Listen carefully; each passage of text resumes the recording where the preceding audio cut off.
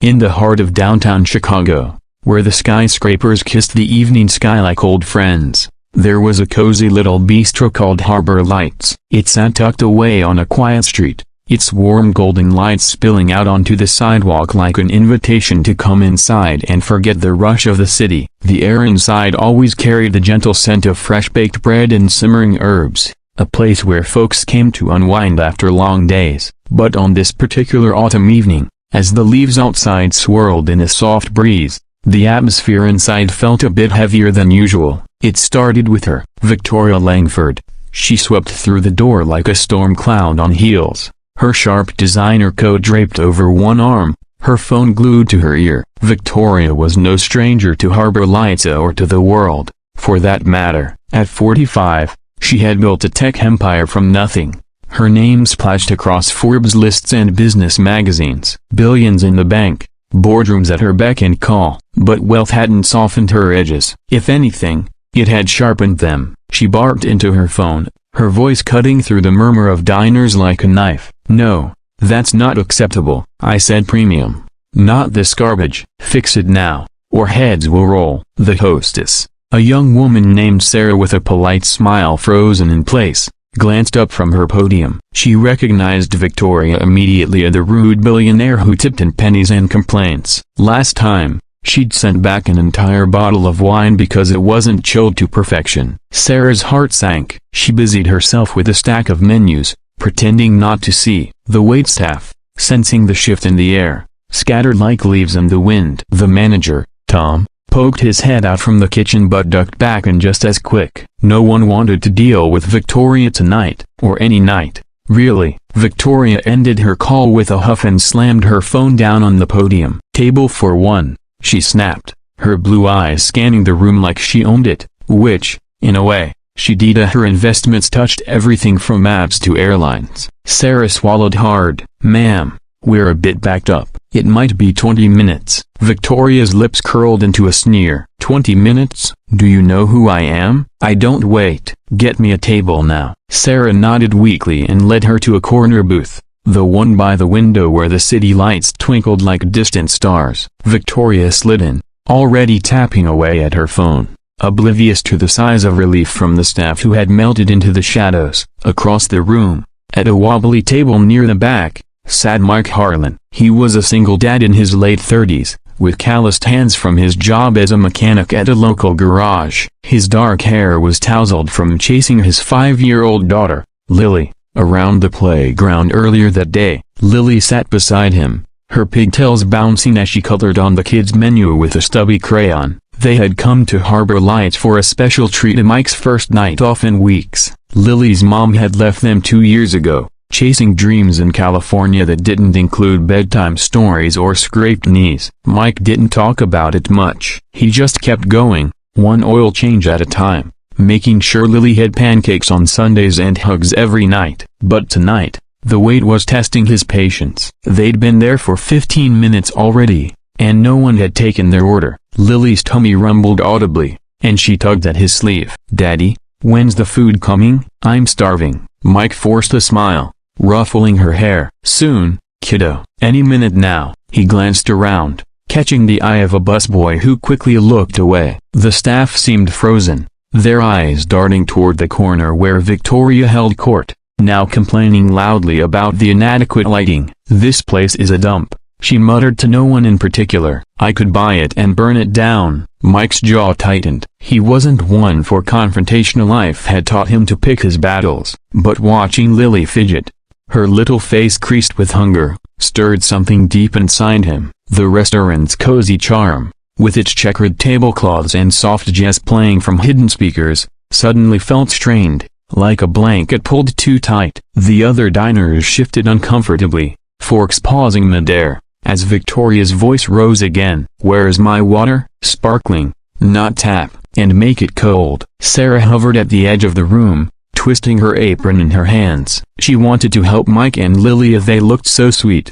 the dad with his gentle eyes and the girl with her crayon masterpiece. But Victoria's glare pinned her in place. The manager had whispered earlier, "Just let her stew. She's not worth the headache." The staff nodded in agreement, avoiding the billionaire like she was a live wire. It was easier that way. Safer. Who wanted to risk a bad review from someone who could tank a business with a single tweet? As the minutes ticked by, the tension built like steam in a kettle. Lily's crayon snapped in half, and she let out a small whine. Mike's patience frayed at the edges. He stood up slowly, his chair scraping softly against the wooden floor. The sound seemed louder in the hush that had fallen over the room. Heads turned, but no one moved. Victoria, mid-sip of her finally delivered water, paused and looked up. Her eyes narrowed at this unassuming man in faded jeans and a flannel shirt, approaching her table with a calm that bordered on defiance.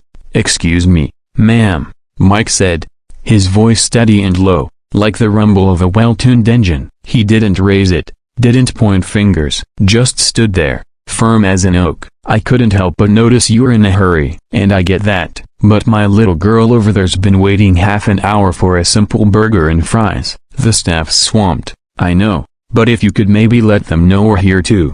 Well, it'd mean the world to her. Victoria blinked, caught off guard. No one talked to her like this. Not her assistants, who jumped at her every word. Not her ex-husbands, who had fled at the first sign of her temper. People either fawned or fled, but this nobody stood there with quiet resolve, his hands in his pockets, no fear in his eyes. She glanced past him to the table where Lily waved shyly, her face lighting up at the sight of her dad standing tall. Something flickered in Victoria's chest, a warmth she hadn't felt in years, buried under layers of board meetings and betrayals. The room held its breath. Sarah froze by the kitchen door, expecting an explosion. Tom peeked out, phone in hand, ready to call security if needed. But Victoria didn't yell. Instead, she set her glass down with a soft clink. "Your daughter," she said, her voice losing its edge, like frost melting under the sun. "How old?" "5, Mike replied,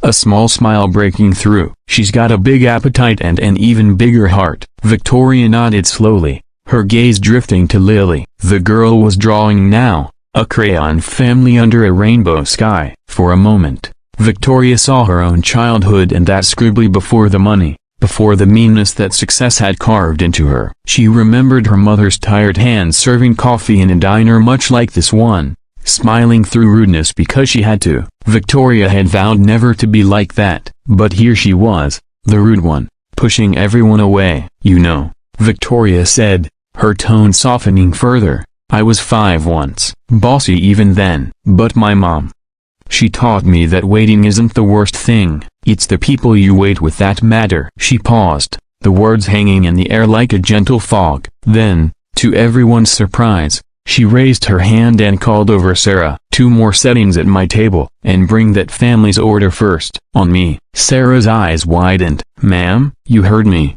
Victoria said, but there was no snap this time, just a quiet command, laced with something new, a vulnerability, perhaps. Mike hesitated, then nodded gratefully. "Thank you." "That's kind of you." He returned to Lily, scooping her up and carrying her to the corner booth. The little girl giggled, her hunger forgotten in the adventure. As they settled in, the staff emerged from hiding, plates clattering with renewed energy. Burgers and fries arrived steaming hot, fries golden and crisp, burgers juicy with melted cheese. Lily dove in with glee, ketchup smudging her cheeks. Mike watched her, his shoulders relaxing for the first time that evening. Victoria ordered a simple salad, but she ate slowly, listening as Mike shared snippets of his life via the garage stories. Lily's love for drawing dinosaurs. He didn't pry into her world, didn't fawn over her fame. He just talked, like they were old neighbors. The jazz played on, the city lights danced outside, and the bistro's warmth ramped around them like a hug. Victoria found herself laughing, a real laugh, not the forced one for gala photos. Lily asked her questions, innocent ones. "Do you have a daughter? Why do you wear such shiny shoes?" Victoria answered honestly. "No kids." "And the shoes?" "They make me feel tall, but sometimes I think bare feet would be better." As the meal wound down, the tension that had gripped the room evaporated like morning mist. Other diners smiled, the staff moved with ease, and even Tom emerged to clear plates with a genuine "Thank you, ma'am." Victoria paid the bill generously, with a tip that made Sarah's eyes water and stood to leave. But before she did, She knelt down to Lily's level. "You draw me a picture sometime, okay? Mail it to Langford Tech. I'll hang it in my office." Lily beamed. "Promise?" "Promise." Victoria straightened, then turned to Mike. "You stood firm tonight. Not many do. Thank you for reminding me that it's not always about being first." Mike nodded, his eyes kind. "We're all just trying to get by. Take care." Victoria stepped out into the cool night air, the door chime tinkling softly behind her. The city buzzed around her, but for the first time in ages, she didn't rush. She walked slowly, the heels clicking a gentler rhythm. Back inside, Mike and Lily finished their dessert, a chocolate cake with extra whipped cream. Lily chattered about the fancy lady, and Mike just smiled, grateful for the unexpected kindness. In the days that followed, Harbor Lights buzzed with the story. The staff no longer dreaded Victoria's visits. She came back once a week, ordering simply, tipping well, even chatting with Sarah about her day. And one afternoon, a crayon drawing arrived at her aphasia, a rainbow family, with a note from Lily, "For the tall lady, be nice always." Victoria framed it, right above her desk, a splash of color in her sleek world. Lives like that sometimes. We build walls with our words, our wealth, our wariness, but one firm stand, one gentle moment, can crack them open. Next time you're in a rush, at a table waiting or serving, remember, kindness isn't weakness, it's the real power. Pause. Look around. Who needs your firmness today? Who needs your heart? It might just change everything.